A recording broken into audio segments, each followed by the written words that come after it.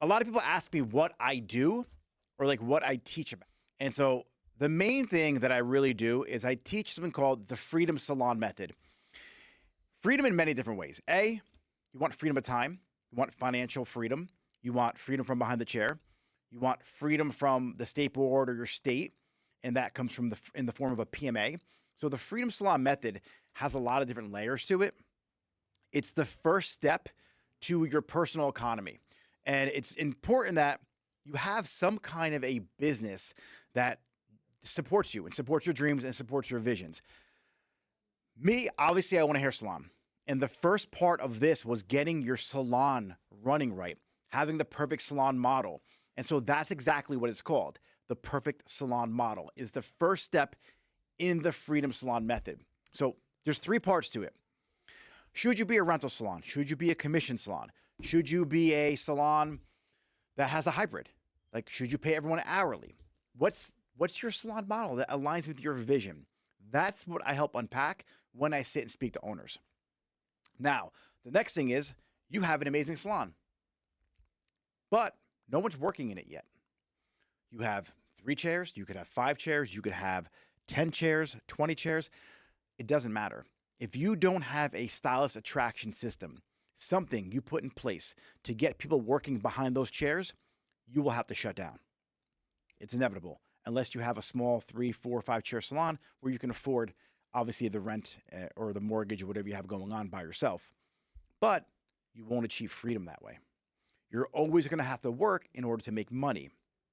That's why you need a stylist attraction system. So even if you have a small salon you could afford the rent by yourself with, what happens when you get pregnant and you want to take a step back? What happens when your wife gets pregnant and you want to stay at home with the kids for a month while she just had the baby? I don't know what your situation is, but there is going to be a situation when you want to take a break for a month, maybe a week, whatever the length of time is.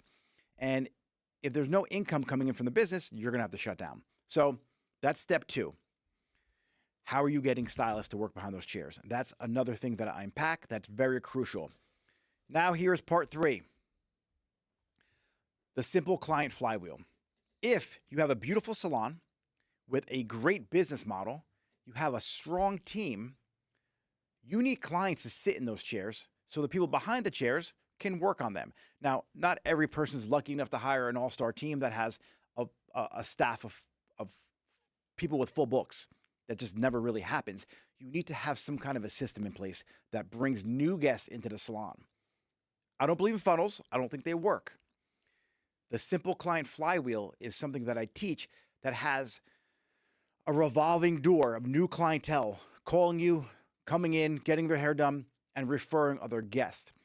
Ultimately, you want your staff and you want your clients to become raving fans of your perfect salon. And that is what we do to get the first part of your personal economy dialed in. Now, there's 2 other parts of your personal economy, and one of them is products.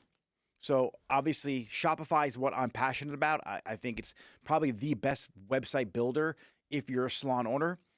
Hands down, it's the best. To me, at least. I mean, you might like WordPress, you might like Squarespace, but for me, for running ads for my salon, I'm able to now sell products to create the money I need to pay for the ads to get my stylist busy. So it's a whole system here. But outside of having Shopify, you sell retail. So you can make money by selling retail online. You also drive traffic into your salon with that. But if there's ever a person out there, if there's any coaches out there telling you not to sell retail, do not listen to them. It is super profitable if you do it right. You add value to your guests by selling retail. And it's a win-win for everybody. You get your stylist, you give them a commission, you make money as the owner, and your clients don't have to go to Ulta or Sephora. Now, the best part about that is you could have some kind of really good loyalty program where they're getting points for their haircuts and their color along with the products that they're buying. But once you get the salon dialed in, now you have to get your retail and your products dialed in. And let's say that doesn't excite you. What if creating your own product excites you? That's the other part of this. So it's services is step 1, products is step 2. Whether you sell them, whether you make them, or whether you're an affiliate for them. Now, number 3 of the personal economy is knowledge. What I teach people to do is something called the camcorder method. You hear me speak about that often. Once you create these systems in your salon, maybe you're like you have a particular way in how you do highlights or how you do haircuts or how you do extensions. You should be filming yourself, creating this this method, this curriculum for your internal team. So now you can step out from behind the chair and you can duplicate yourself. They know your systems. They have everything at their fingertips, either on like a Google Drive or in some kind of a, like I use the Money Networks or Kajabi or some other system that houses all of your content, all of your knowledge for your team. You take that knowledge, you package it up, and then you sell it. So now you have three sources of income. You got services, you got product, and you got knowledge. That is how you create the personal economy. And it all starts with the Freedom Salon method. So that, in a nutshell, is what I do. So for any of you asking what it is I do, what do I coach on? I teach exactly what I did to get to where I'm at right now. And I'm still doing it today. So